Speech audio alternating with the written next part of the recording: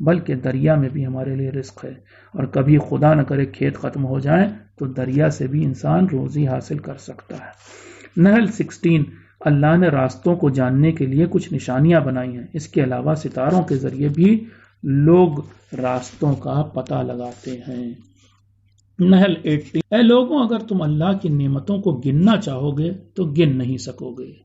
نحل 22 سے 24 جو لوگ آخرت کو نہیں مانتے ان کے دل ایسے ہو جاتے ہیں کہ وہ ہر بات کا انکار کرنے لگتے ہیں اور بڑے گھمنڈی بن جاتے ہیں۔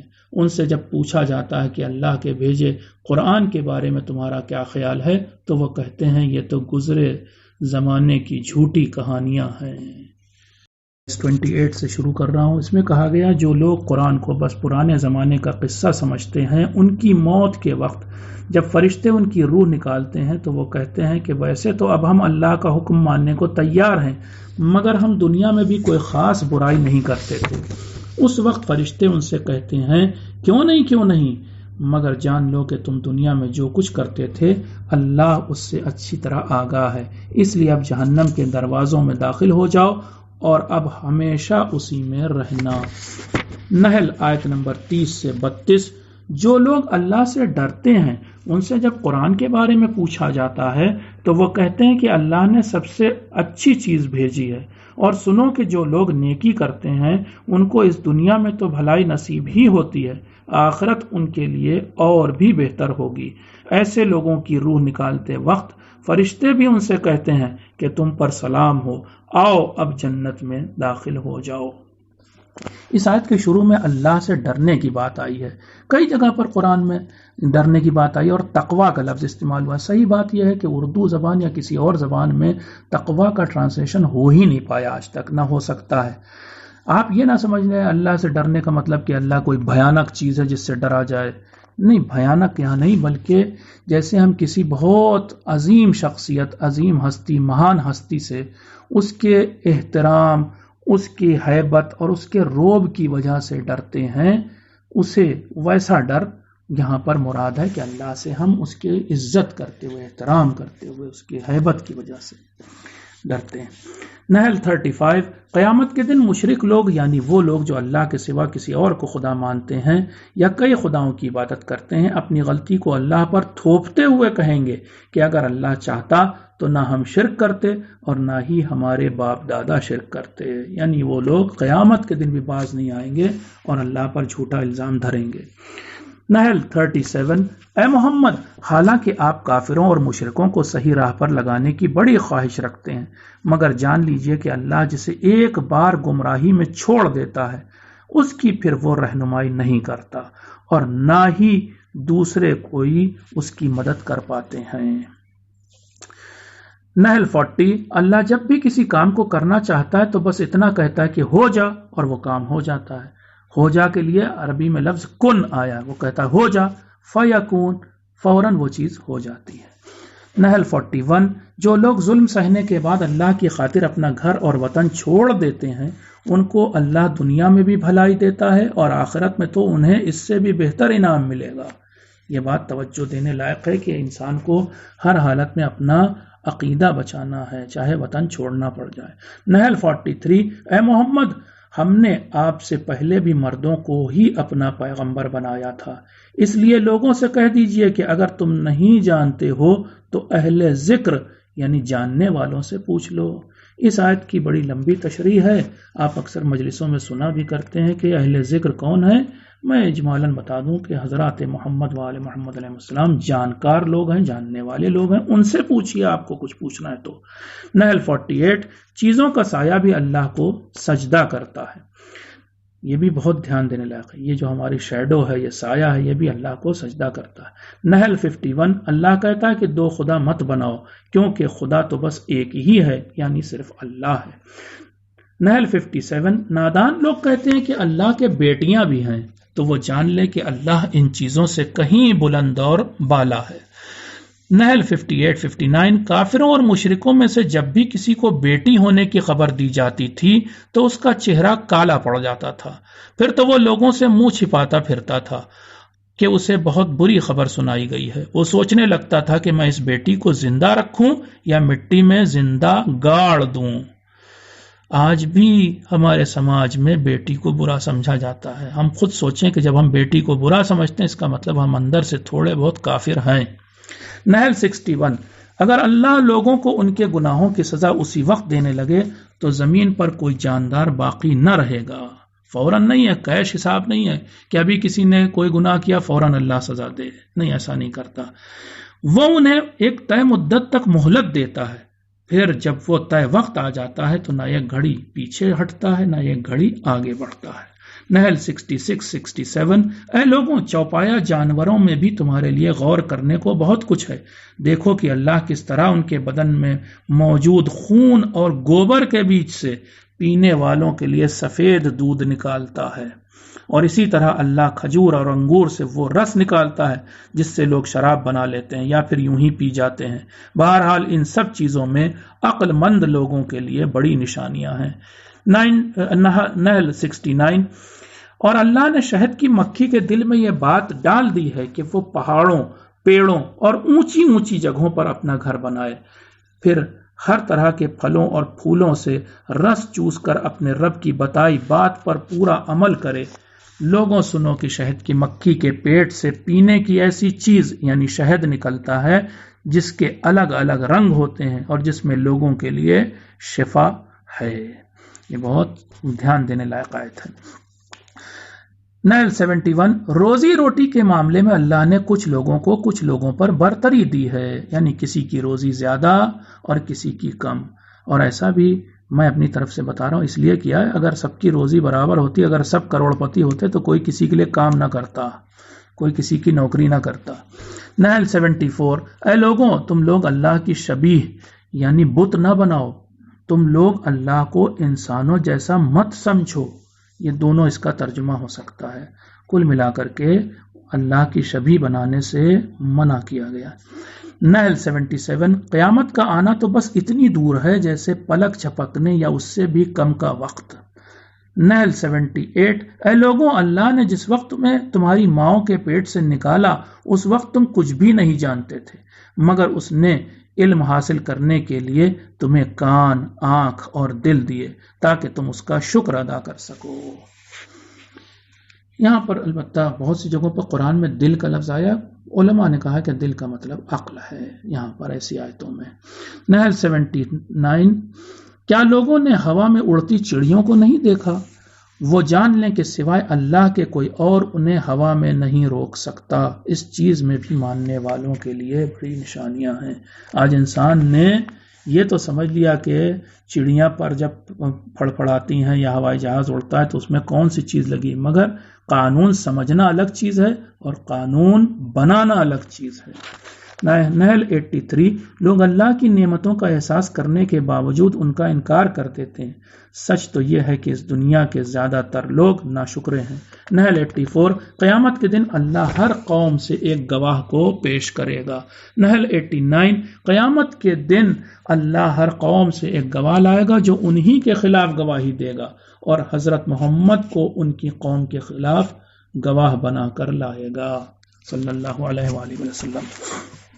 نحل 89. اللہ نے حضرت محمد صلی اللہ علیہ وآلہ وسلم پر ایک ایسی کتاب نازل کی یعنی یہی قرآن جو ہر چیز کو بیان کرنے والی ہے. نحل 90. بے شک اللہ لوگوں کو عدل و انصاف، نیکی اور رشتہ داروں کو مال و دولت اور دیگر چیزیں دینے کا حکم دیتا ہے، اور وہ انہیں بے حیائی، برائی اور ظلم و ستم سے روکتا ہے. 3 چیزوں کا حکم دیتا ہے. ان اللہ یأمر بالعدل والاحسان وایتاء ذی القربى.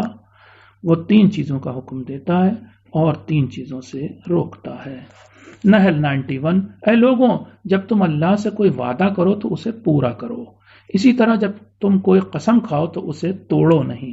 نحل 92. اے لوگوں، تم اس عورت کی طرح مت بنو جو بہت مضبوط سوت کاٹنے کے بعد اسے ٹکڑے ٹکڑے کر ڈالتی ہے.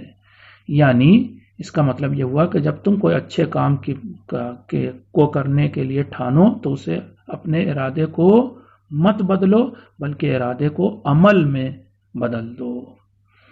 اگر کوئی کسی نیک کام کا پکا ارادہ کیا ہے تو اس ارادے کو آپ پورا کیجیے. نحل 94. اے لوگوں، تم اپنی قسموں کو اپنے بیچ جھگڑے کی وجہ مت بناؤ، یعنی وعدوں اور قسموں کو نہ توڑو ورنہ جھگڑا ہو جائے گا۔ نحل 95-96 اے لوگوں چند سکوں کی خاطر اللہ کی جھوٹی قسم نہ کھاؤ۔ لوگ بیچتے نا اکثر دکاندار دیکھیے آپ جھوٹی قسم کھا رہے ہوتے ہیں قیمت کے بارے میں چند سکوں کے لیے، کیونکہ دنیا کی ہر چیز مٹ جانے والی ہے اور اللہ کے پاس جو کچھ ہے وہ باقی رہے گا۔ نحل 97 لوگوں میں سے جو بھی نیک کام کرے گا چاہے وہ مرد ہو یا عورت، اگر وہ مومن یعنی اللہ کا ماننے والا ہوگا تو اللہ اسے بڑی پاک اور پاکیزہ زندگی عطا کرے گا، ساتھ ہی وہ اسے اس کے نیک کاموں کے لیے بہترین انعام دے گا۔ نحل 98 اے مسلمانوں جب تم قرآن پڑھا کرو تو شیطان سے بچنے کے لیے اللہ کی پناہ مانگ لیا کرو، یقیناً شیطان ان لوگوں پر حاوی نہیں ہو پاتا جو مومن ہیں اور جو اللہ پر بھروسہ کرتے ہیں۔ اسی آیت کی روشنی میں کہا گیا ہے کہ قرآن کی تلاوت یا قراءت سے پہلے اعوذ باللہ من الشیطان الرجیم کہا جائے۔ نحل 99 شیطان تو بس ان لوگوں پر حاوی ہو پاتا ہے جو شیطان کو اپنا دوست اور سرپرست مانتے ہیں اور اسے اللہ کا شریک بنانے لگتے ہیں۔ نحل 103 اللہ نے حضرت محمد صلی اللہ علیہ وآلہ وسلم سے کہا اے محمد ہم جانتے ہیں کہ یہ لوگ یہی کہیں گے کہ آپ کو یہ قرآن کسی انسان نے سکھایا ہے۔ نحل 106 صرف اس انسان کو چھوڑ کر جسے کفر کی بات کہنے پر مجبور کیا گیا ہو، اگر کوئی شخص ایمان لانے کے بعد کھلے دل سے کفر کی باتیں کہے گا تو اس پر اللہ کا غضب یعنی غصہ ہوگا اور اسے قیامت کے دن سخت سزا دی جائے گی۔ اب اس آیت سے پتہ چلتا ہے کہ جس شخص کو کفر کی بات کہنے پر مجبور کیا گیا ہو اس پر اللہ کا غضب نہیں ہوتا بشرطے کہ وہ دل سے مومن رہے۔ اسے مذہبی زبان میں تقیہ کہا جاتا ہے۔ آپ چاہیں تو جب اہل سنت حضرات آپ سے تقیہ کے بارے میں آیت پوچھتے ہیں تو آپ یہ آیت ان کے سامنے بیان کیجئے، ایک اور آیت آگے آئے گی۔ فی الحال نحل 106 کو یاد رکھیں۔ نحل 112 اللہ اس بستی کی مثال دے رہا ہے جو بڑے سکون سے رہ رہی تھی اور اس کی روزی روٹی بھی ہر جگہ سے اس تک پہنچ رہی تھی، مگر تبھی اس نے اللہ کی نعمتوں کو برباد کرنا اور ان کی ناشکری کرنا شروع کر دیا تو اللہ نے بھی انہیں بھوک اور ڈر کا لباس پہنا دیا۔ خوب غور سے اس آیت کو دوبارہ سنیے گا، آپ کو سمجھ میں آئے گا کہ ہم کب تک سکون سے رہ سکتے ہیں جب تک ہم اللہ کی نعمتوں کو برباد نہ کریں اور اس کی ناشکری نہ کریں۔ نحل 114 اے لوگوں اللہ کی دی ہوئی حلال اور پاک و پاکیزہ روزی کو ضرور کھاؤ مگر پھر اللہ کی نعمتوں کا شکر بھی ادا کرو۔ نحل 115 اے مسلمانوں اللہ نے تمہارے لیے تو بس مردہ جانور کا گوشت، خون اور سور کا گوشت اور اس جانور کا گوشت حرام کیا ہے جس پر اللہ کے سوا کسی اور کا نام لیا گیا ہو۔ ہاں جو شخص مجبور ہو جائے تو وہ ان چیزوں کو بھی کھا سکتا ہے۔ اضطرار کی حالت کہی جاتی، بہت مجبوری درجے میں، بشرطے کہ وہ اس سلسلے میں کسی زیادتی سے کام نہ لے، یعنی اس چھوٹ کا غلط فائدہ نہ اٹھائے، جتنے سے جان بچ رہی ہو بس اتنا ہی کھا سکتا ہے۔ اور خبردار جو منہ میں آئے اسے اپنی طرف سے یہ نہ کہہ دیا کرو کہ یہ حلال ہے اور یہ حرام ہے، کیونکہ ایسا کرنا اللہ پر جھوٹا الزام لگانے جیسا ہے۔ ہمیں اجازت نہیں کہ ہم ہر چیز کے بارے میں کہیں کہ حرام ہے یا حلال ہے، اللہ ہمارا حاکم ہے اور وہ شریعت دینے والا ہے۔ نحل 119 جو لوگ نادانی میں گناہ کر بیٹھتے ہیں مگر پھر توبہ کر کے اپنی غلطی کا سدھار کر لیتے ہیں اللہ ان کے گناہوں کو معاف کر دیتا ہے اور ان پر مہربانی بھی کرتا ہے۔ نحل 120 سے 121 بے شک ابراہیم ایک امت کے برابر تھے، وہ دل و جان سے اللہ کا حکم ماننے والے اور برائی سے بچ کر چلنے والے انسان تھے، وہ ہرگز مشرک نہیں تھے، وہ اللہ کی نعمتوں کا شکر ادا کرنے والے شخص تھے، تبھی تو اللہ نے ان کو چن لیا اور سیدھے راستے کی طرف ان کی رہنمائی کی۔ اس آیت سے پتہ چلتا ہے کہ ایک انسان بھی امت کے برابر ہو سکتا ہے جیسے کہ جناب ابراہیم۔ نحل 123 اللہ نے حضرت محمد کو حکم دیا تھا کہ وہ بھی حضرت ابراہیم کے راستے پر چلیں، کتنے بڑے عظیم نبی تھے ابراہیم کے، ان کے نقش قدم پر چلنے کا حکم آخری نبی کو دیا گیا۔ نحل 125 اے محمد آپ لوگوں کو اپنے رب کے راستے کی طرف بڑی سوجھ بوجھ کے ساتھ اور اچھی نصیحت کرتے ہوئے بلائیے، اور اگر ان سے بحث کرنی پڑ بھی جائے تو بہت اچھے انداز میں بحث کیجیے۔ نحل 128 اللہ ان لوگوں کے ساتھ ہے جو گناہوں سے بچتے ہیں اور نیک کام کرتے ہیں۔ میں اپنی بات کو یہیں پر ختم کرتا ہوں۔ آپ حضرات سے گزارش ہے کہ اس وقت دنیا میں بہت سے ایسے لوگ ہیں جو مضطرب اور بے چین ہیں، جو مصیبت کے مارے ہیں، ان کو اپنی دعاؤں میں یاد رکھیے گا۔ والسلام علیکم ورحمۃ اللہ وبرکاتہ۔